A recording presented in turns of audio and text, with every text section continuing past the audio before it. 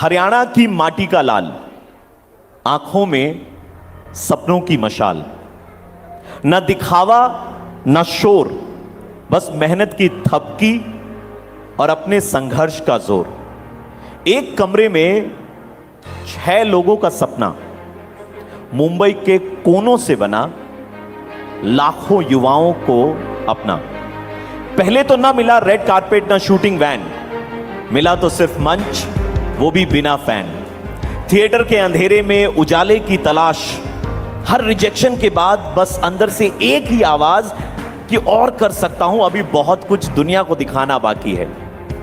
पर अब जब मंच पर आते हैं तो खामोशी भी तालियां बजाने लगती है। संघर्ष से जो सीखा वो कामयाबी में झलकती है कि हाथीराम चौधरी का किरदार भीड़ से अलग सवालों की खोज में था, सिस्टम के साथ में चलता सच्चाई की खोज में था। वो किरदार हर सीन में चमकता सितारा है, चलता फिरता हकीकत का आईना है कि हरियाणा की माटी का लाल, आंखों में सपनों की मशाल, न दिखावा न शोर, बस मेहनत की थपकी और संघर्ष का जोर, संघर्ष का जोर। Ladies and gentleman, none other than Jaideep Ahlawat for all of us here. Thank you so much भाई, thank you, that was amazing, thank you sir. Dehradun की अगर हम बात करें तो कई सारी यादें आपकी जुड़ी हैं। आप अपने मित्र की पासिंग आउट परेड यहाँ पर देखने आए थे और कई बार अपनी आंखों में वो सपना भी आपने संजोया था एसएसबी की परीक्षा के माध्यम से कि एक बार क्लियर हो जाए और मैं इंडियन आर्मी का एक ऑफिसर बन जाऊं, इंडियन आर्म्ड फोर्सेस का एक ऑफिसर बन जाऊं। तो जब वो सपना टूटा तो उस दिन क्या टूटा? आत्मविश्वास, या आपको ऐसा लगता है कि आपके सामने सच्चाई खड़ी थी कि अब कुछ अलग ही करना होगा? हाँ, मेरे ख्याल से देहरादून से पहला रिश्ता वही बना था जब पहली बार सुना था। इंडियन मिलिट्री एकेडमी देहरादून में है, 12वीं क्लास में, फर्स्ट ईयर में। और वो एसएसबी क्लियर ना होना, डेफिनेटली मुझे लगता है कि सबसे पहले तो वो सच्चाई आपको टकराती है कि ये नहीं हो रहा है अब आपके लिए। पर उसके साथ साथ ये भी है कि आप कोई ना कोई रास्ता खोजते हो अपने लिए, क्योंकि जीवन कभी एक जगह रुकता नहीं है, इट ऑलवेज गोज ऑन। तो पहला बिल्कुल यही मानना है मेरा कि पहली बार वो एंगर, वो फ्रस्ट्रेशन, फेलियर का वो सब जो भी एक 19-20 साल का लड़का फील कर सकता है वो सब, और फिर उसी को स्वीकार करते हुए आगे बढ़ने का, जो नए रास्ते ढूंढने का जो जरिया था वो। क्या बात है सर। यहाँ पर बहुत सारे लोग हैं जो सपना देखते हैं लाइफ में बहुत कुछ अचीव करने का। तो मैं जानना चाहूंगा कि मुंबई में जब एक कमरे के अंदर 6 लोग इकट्ठे आप एक साथ रहते थे तो आंखों में सपने पलते थे, नींद आती थी, क्या होता था, किस दौर से गुजरते थे उस वक्त? हाँ, मतलब 2 लोगों से स्टार्ट करना शुरू किया था तो उसमें एक टाइम पे 6 लोग रहने लगे थे।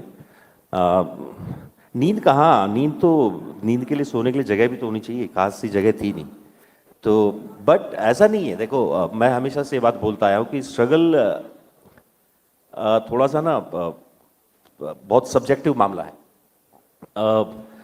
स्ट्रगल बहुत ज़्यादा अलग होता है। सिर्फ ये कि आप अभिनेता बनने के लिए बॉम्बे गए हो और आपके जीवन में कठिनाइयाँ हैं, वो एक अलग बात है। पर मैं हमेशा बोलता हूँ कि वो जितने भी साल हमने बिताए हैं उसमें सिर्फ एक चीज़ की कमी थी, पैसे की और नाम की।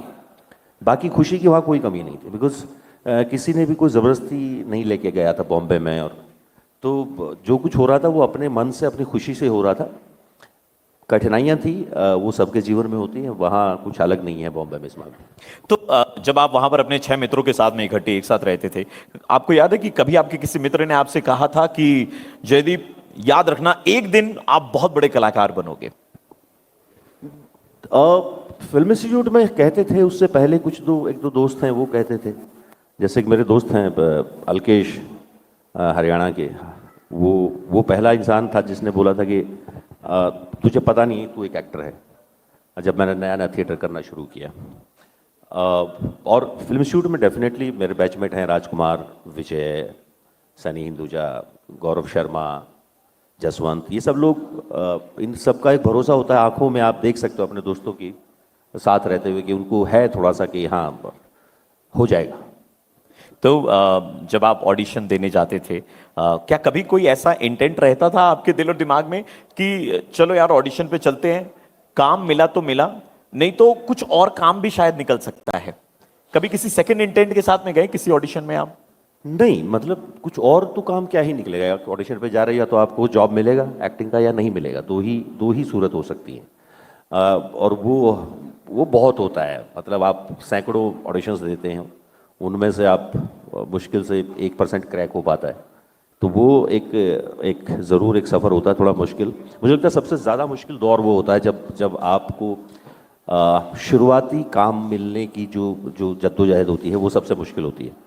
क्योंकि वहाँ बिना किसी रेफरेंस, मतलब रेफरेंस से आपका कोई रेफरेंस नहीं है उनके पास कि आप कितने अच्छे एक्टर हो, या आप एक्टर हो या नहीं हो।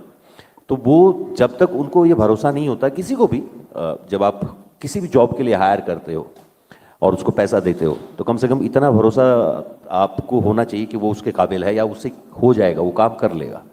तो वो मुश्किल दौर होता है। पर ऐसा नहीं कि नहीं हुआ तो क्या होगा, अगला दिन आएगा। वो एक दिन का गुस्सा, एक दिन का फेलियर या एक दिन की उदासी जो है वो अगले दिन तक नहीं जानी चाहिए। अगर आप ये वीडियो YouTube पर देख रहे हैं तो हमारे चैनल को सब्सक्राइब कर बेल आइकन दबाएं, और Facebook पर देख रहे हैं तो हमारे पेज को लाइक करें।